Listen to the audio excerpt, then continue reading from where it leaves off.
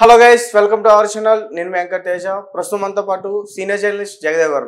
నమస్తే సార్. నమస్తే. సో ఆంధ్రప్రదేశ్ మాజీ మంత్రి రోజా గారి పైన సిఐడి రైడ్ చేసిందంటూ వార్తలు వచ్చాయి. అంటే మరి దేనికి సంబంధించి చేశారో తెలీదు. అరెస్ట్ అవ్వబోతుంది మరికొద్ది గంటల్లో కూడా వార్తల్లో రావడం నేను చూసా. ఆమెతో పాటు ఇంకొక ధర్మాన ఆయన కూడా అరెస్ట్ అవుతున్నారు అని చెప్పేసి అంటున్నారు. అసలు దేనికి అరెస్ట్ చేస్తున్నారు? ఏంటి ఇదన్నా కక్ష చర్యలా లేకపోతే అసలు ఏమనుకోవాలి? క్వశ్చన్. ఎందుకంటే ఒకటి, తప్పు చేసే వాళ్ళ మీద చర్యలు తీసుకుంటే కక్ష సాధింపు, తీసుకోకపోతే మేము ఎంత జెన్యున్గా ఉన్నాం చూసారా, మమ్మల్ని కూడా ఎవరేం చేయలేకపోతున్నారంటే వీళ్ళు చూసి ఇంకో 10 మంది రెడీ అవుతారు. సో ఏది కరెక్టు? చర్యలు తీసుకోవాలా వద్దా? నెక్స్ట్, కూటమి ప్రభుత్వం వచ్చి ఆల్మోస్ట్ ఆల్ 2 నెలల పైన అవుతుంది. ఈ 2 నెలల్లో జగన్మోహన్ రెడ్డి గారు చేసిన ధర్నా ప్రకారం, లేదంటే రాష్ట్రంలో జరిగిన కొన్ని రకాల అల్లర్ల ప్రకారం చూస్తే కార్యకర్తలకు అన్యాయం జరిగిపోతుంది, ఎవరికేదో జరిగిపోతుంది అని అన్నారు తప్ప కూటమి నుంచి సరైన చర్యలు తీసుకోలేదు, ఎవరి మీద కేసులు కూడా వేయలేదు. ఒకవేళ వేసినా కూడా అంటే వేయలేదు, వీళ్ళు కవ్వింపు చర్యలకు దిగినా కూడా సమయంను పాటించండి అని చెప్పి బాబు గారు కానీ పవన్ కళ్యాణ్ గారు కానీ ఇలాగే చెప్పారు. మీరు సమయం పాటించండి, వాళ్ళు ఓడిపోయిన బాధలో ఉన్నారు, వాళ్ళు రెచ్చగొట్టే ప్రయత్నం చేసినా కవ్వింపు చర్యలు దిగినా మీరేమి ఇది అవ్వద్దని. దానికి క్రింద స్థాయిలో ఉండే కొంతమంది కార్యకర్తలు కూడా బాగా ఊగిపోయారు. అరే వాళ్ళ గవర్నమెంట్ పోయినా కూడా వాళ్ళు ఇంకా చెలరైపోతున్నారు, మనం ఏదో ఒకటి చేయాలి, మన ఈ దృష్టి అది కాదు, 164 సీట్లతో బాధ్యత పెద్దది పెట్టారు, మన మీద ఎంత నమ్మకం లేకపోతే అందుగా గెలుచుకుంటాం. సో ఇప్పుడు మన బాధ్యత అభివృద్ధి, రాష్ట్రాన్ని మళ్ళీ సెట్ చేయాలి, 10 ఏళ్ళు వెనక్కి వెళ్ళిపోయింది అనే ఉద్దేశంలో ఉన్నారు. ఇట్లా గవర్నమెంట్ కూటమి ప్రభుత్వం ఇలా నడుచుకుంటుంటే ఒకవైపు సెక్రటేరియట్లో కొన్ని ఫైల్స్ మాయమయ్యాయి. ఏంటి, కూటమి ప్రభుత్వం వచ్చాక కూడా మదనపల్లిలో సబ్ కలెక్టర్ ఆఫీసులో కేవలం డాక్యుమెంట్స్ ఉన్న రూమే కాలిపోయింది, ఛాంబర్. దీన్ని ఎలా చూడాలి? ఎందుకు కాలిపోయింది అంటే దానికి సంబంధించిన కీలక పత్రాలు ఏవో ఉండకూడదని సాక్ష్యాలతో కాల్చేశారా, లేదంటే ఇక్కడ సెక్రటేరియట్లోని కొన్ని కీలకమైన పత్రాలు దొంగిలించబడ్డాయా? ఇది రీజన్స్. అయితే కక్ష సాధింపు అంటే ఎట్లా? గతంలో చేసిన తప్పుదాలకి చర్యలు తీసుకుంటే కక్ష సాధింపు. ఒకవేళ చర్యలు లోపలికి వెళ్ళినా తప్పు న్యాయమే గెలుస్తుంది, కడిగిన ముచ్చినా తిరిగి వస్తామని మాట్లాడుతున్నారు. ఒకవేళ కక్ష సాధింపు కాదనుకుందాం, నిజంగా అనుకుంటే గవర్నమెంట్ ఫామ్ అయిన వారం రోజుల్లోనే అన్ని కేసులు పడాలి కదా. కొడాల నాని గారిని, వంశీ గారిని, అందరినీ, మన రోజా గారిని, ఇప్పుడు మీరు అంటున్నారు కాబట్టి ధర్మాన కృష్ణప్రసాద్ కాదండి, ధర్మాన కృష్ణదాస్ ఆయన పేరు, జోగి రమేష్ గారిని, ఇవన్నీ కూడా ఏవైతే చర్యలు తీసుకుంటున్నారో, ఏదైతే ప్రభుత్వ శాఖలకు సంబంధించి వాళ్ళ పనుల్లో చేస్తున్నారో అప్పుడు బయటకు వస్తున్నాయి. ఇప్పుడు జోగి రమేష్ గారు నేను విషయం వచ్చింది, ఏమొచ్చింది, ఏదైతే క్యాన్వాసింగ్లో 2019 ముందు, ఎలక్షన్స్ ముందు జగన్మోహన్ రెడ్డి గారు చెప్పారో అగ్రిగోల్డ్ సంబంధించిన ప్రతిదీ బాధితులకు న్యాయం చేస్తాం, ఆ ల్యాండ్ అమ్మేనే వాళ్ళు డబ్బులు ఇస్తాం, ఆ ల్యాండ్ లేకపోతే వాళ్ళకి ఎలక్ట్ చేస్తామని చెప్పారు. అది ఏమైంది? దాని మీద సిఐడి కేసు రన్ అవుతుంది కదా. కేసు రన్ అవుతున్న దాన్ని భూముల్ని వీళ్ళ పేరు మీదకి మార్చేసుకోనో, లేకపోతే వీళ్ళకి సంబంధించిన వాళ్ళ పేర్ల మీదకి మార్చేసి అప్పుడు వేరే వాళ్ళకి కూడా అమ్మేశారంట. ఎట్లా అమ్మేస్తారండి?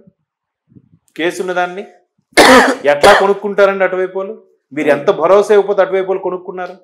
గవర్నమెంట్ మాదేనబ్బా, 30 ఏళ్ళు జగన్మోహన్ రెడ్డి సీఎం, మీకేం తిరగలేదు, ఎవడో అడిగేది లేదు అని చెప్పారా? అలా చెప్పబట్టి అందరూ కొనుక్కున్నారా? సో ఇప్పుడు ఏ సిఐడి కేసు ఉన్న దాని మీద మళ్ళీ రిజిస్ట్రేషన్ అయ్యాయి కాబట్టి ఏసీబీ వాళ్ళు కేసు ఫైల్ చేశారు. ఫైల్ చేసింది ఇప్పుడు జోగి రమేష్ గారు అబ్బాయి జోగి రాజీవ్ని, అలాగే వాళ్ళ సోదరుని జోగి వెంకటేశ్వర్లు ఎవరైనా పేరు, వాళ్ళని ఎదుపులోకి తీసుకొని విచారణ అయితే జరుగుతుంది. సో ఇప్పుడు రోజా గారిది ఏంటి, ఏదో టీటీడీ టికెట్లు స్కామ్ చేశారని, రకరకాల స్కామ్లు చేశారు ఆంధ్ర.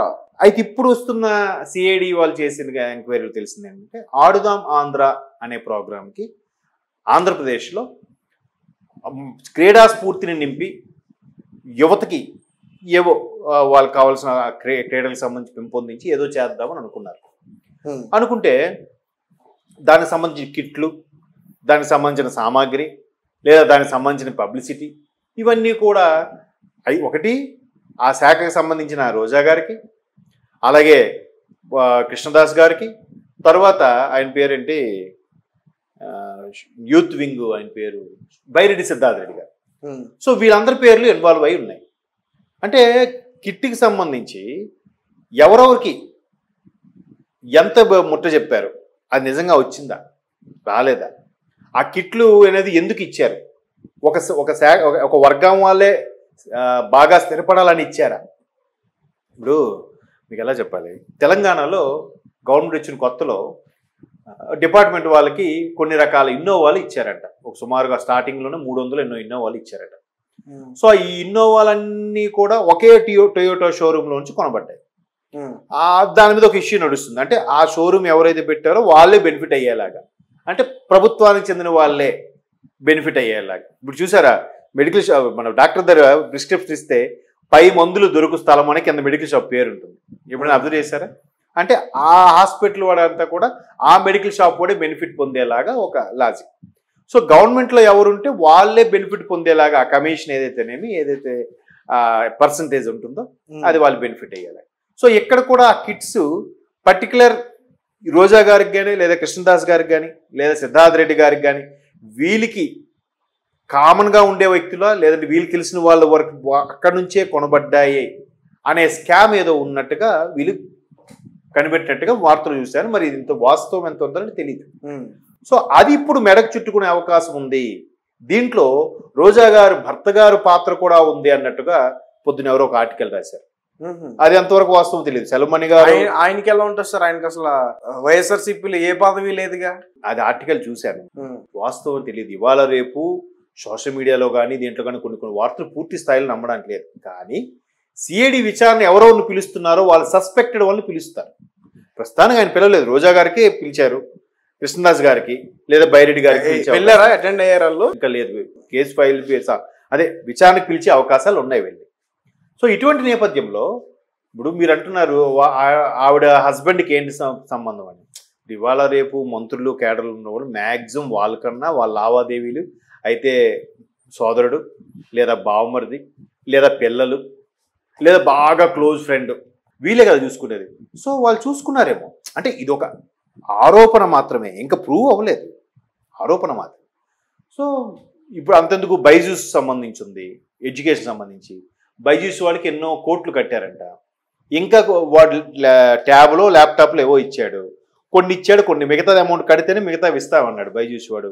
వీళ్ళు మిగతాది కట్టలేకపోయేసరికి ఇంకా ఉపాధ్యాయులకి ఏం చెప్పారు, మీ దగ్గర ఉన్న స్మార్ట్ ఫోన్లో మీరే యాప్ డౌన్లోడ్ చేసి మీరే అన్ని చేసుకోండి అని చెప్పారు. వాళ్ళకి ఇవ్వలేదు. మరి ముందు వచ్చి నువ్వు ఎంతమందికి రీచ్ అయ్యాయి, ఎంతమంది లబ్ధి పొందారు, ఎవరు ఆ ట్యాబులు కూడా బైజూస్ వాడికి ఎంతేలాగా బైజూస్ వాడికి వీళ్ళు ఎంత మాట్లాడుకున్నారు, ఇలాంటివన్నీ ఉంటాయి కదా, ఇవన్నీ వెలికి తీస్తారు కదా. అలాగే ఈ ఆడుదాం ఆంధ్రకు సంబంధించిన కిట్స్, క్రికెట్ కిట్టో షటిల్ కిట్టో లేదా వాలీబాల్ కిట్టో ఏవైతే ఉన్నాయో ఆ కిట్లన్నీ కూడా పలానా స్పోర్ట్స్ షాప్లో కొనాలి, లేదా అక్కడి నుంచి వాడికి కాంట్రాక్ట్ ఇస్తారు, వాడే వెండరు. ఏంటి మీకు ఇస్తున్నామంటే మాకేంటి, మీ షాపులోనే కొంటున్నాం, మాకేంటి బెనిఫిట్, అక్కడ డిస్కౌంట్ ఇస్తే హ్యాపీ, డిస్కౌంట్ అయిపోతుంది ఏంటి, ఈ షాపులు ఎందుకు కొనాలి, why should we buy in your shop only. 10 షాపులు ఉన్నాయండి, మీ షాపులో నేను ఎందుకు వచ్చి బట్టలు కొనాలి, నన్ను తెలిసిన ఫ్రెండ్ గానో తెలిసిన ముఖమనో 5% 10% డిస్కౌంట్ ఇస్తే నీ షాప్లో కొంటాను. Same quality shirt same quality product పక్క షాప్లో కూడా దొరుకుతున్నప్పుడు నీ షాప్లో నేను ఎందుకు కొనాలి, అట్లా అయిపోయింది యాటిట్యూడ్ ఇవాళ. కాబట్టి అటువంటి వ్యవహారాల్లో ఏదో సిఐడి ఎంక్వైరీ చేస్తున్నట్టుగా ఎంక్వైరీ చేయడానికి పిలిచే అవకాశం ఉన్నట్టుగా చూశాను నేను కూడా వార్త. చూద్దాం మరి ఇది. రోజా గారు ఇప్పటికే బిగుసుకుంటుంది, రోజా గారికి మొన్న జోగి రమేష్ గారికి ఇంకా ఒక్కొక్కరుగా ఉన్నారు, అసలైన వాళ్ళు ఇంకా ఉన్నారు, ఒక్కొక్కరుగా వస్తారు. ఇప్పటికే కమిటీ అది కూటమి అనేది